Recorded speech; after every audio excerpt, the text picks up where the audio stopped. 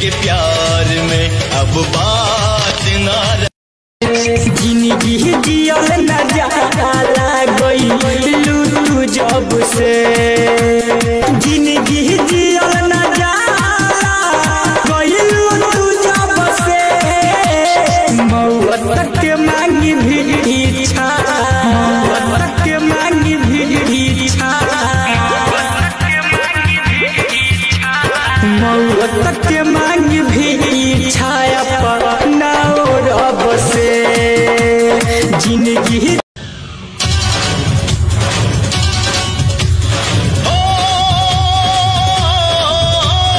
दौलत के आगे प्यार के औकात ना रहल जिए मरे के प्यार में अब बात ना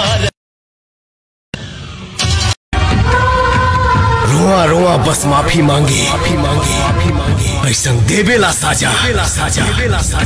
जभी तनकेला भोजपुरिया राजा।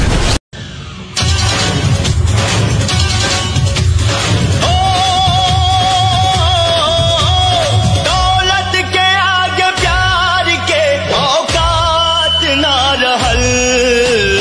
जिए मरे के प्यार में अब बात ना तू सलामत रह यार जी रही राम से बदनाम भइनी रानी तोहरे नाम से बर्बाद करके जीलू आराम से। उन्होंने दिया है धोखा